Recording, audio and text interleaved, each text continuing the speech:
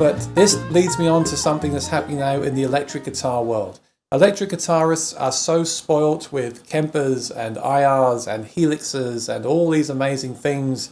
You know, even my phone has an app now, THU, with these amazing electric guitar models and IRs. Sounds incredible. But this is so great for the acoustic community that we're getting more products like this for our acoustic guitars. But what I've seen lately, and I want your opinion on this, James, there's been a lot about Kemper made an acoustic simulator. The Helix has an acoustic simulator. I see Helix users throwing IRs onto their electric guitars and claiming it sounds like an acoustic.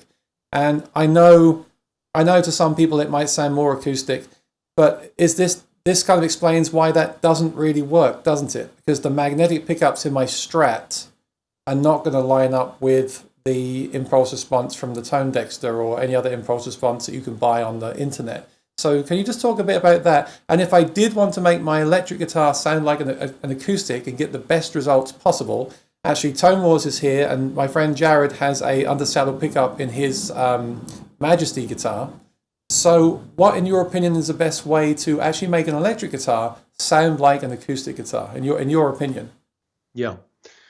Well, so the problem that we were just talking about a minute ago about the impulse responses not lining up. Okay.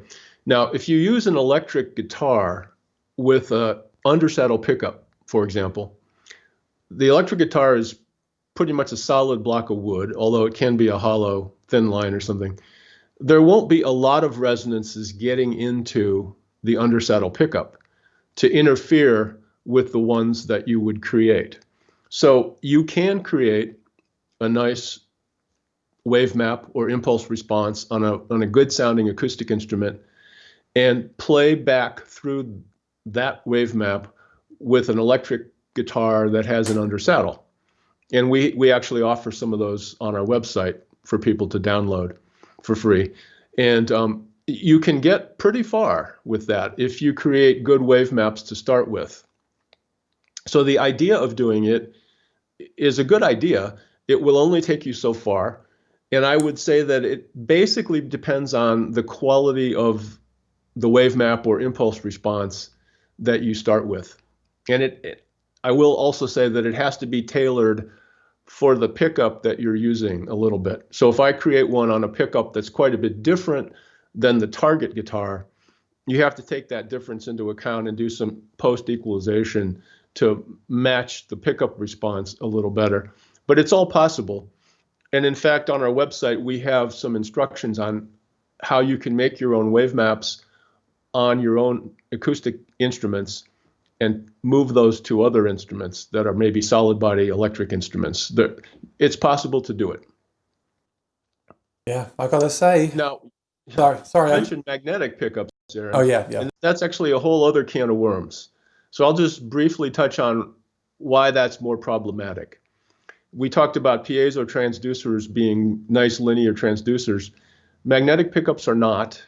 They're not linear in that sense. They have built-in harmonic distortion, and they also vary depending on where you play on the neck, and if you bend the string, all that affects the response of the pickup.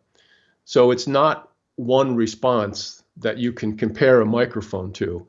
It's a whole bunch of different responses that are kind of like a moving target, and when you try to compare the microphone to those whole bunch of moving responses, the mathematics just doesn't get you there. It's a compromise, and it will work a little bit. Sometimes it's good, sometimes it sounds better, but it's not natural. It won't get you to the 95 or 99% believing it's a microphone. It just never will with the magnetic pickup as the source. Wow. You've got What's your experience? Have you tried that? I've tried your maps on the silent guitar. I felt some worked better than others. I actually watched that video back today. It's on my channel if anyone wants to see it later on. It's good Saturday night viewing. But some of them sounded great. You know, one problem with those modern kind of Acoustasonic Yamaha silent guitar type guitars is that I feel like I get fooled visually sometimes. If I'm playing a Strat, even if it sounds just like an acoustic, I can't get over the fact that I'm playing and looking at a Strat. So there's some of that in there for me. But no, it sounds great. And you've actually got me wanting to take the impulse response of my Martin OM and put a Fishman pickup in my Strat so I can actually use that sound. Of course, the strings will be thinner. The strings will be different. They're not acoustic strings, of course. It's not going to sound exactly the same, but that piezo pickup should help me get pretty close, and probably closer than any of these acoustic simulators will get you, right? Yes, absolutely. I can vouch for that firsthand. And the fact that the strings are thinner, that's probably not as big of a deal as the fact that you've got a lot more sustain on those strings. And it's a different kind of sustain than you get on an acoustic instrument. So that colors the sound and the perception. You know, it's harder to fool yourself when it feels different, but also, you know, you play like an electric guitar string and it just rings on a long, long time. You know, that's not what acoustic guitars do. So that will change the perception too. But, you know, if you're playing in a band and you're doing a lot of electric work, but you've just got a few acoustic numbers, it can work. I've done it myself.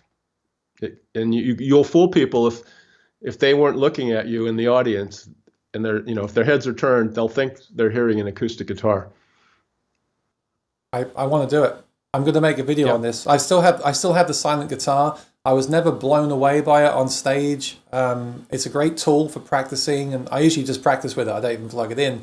It does sound decent. I've heard other people make it sound really good, but for me, it's never quite there. So I'd love to take the map that I just made, that I played earlier, and apply that to the silent guitar to try to recreate that sound from the silent guitar. And if I do that, I'll make the video and post it on the channel. So make sure you are subscribed to see those results in the future. It'd be awesome. Yeah.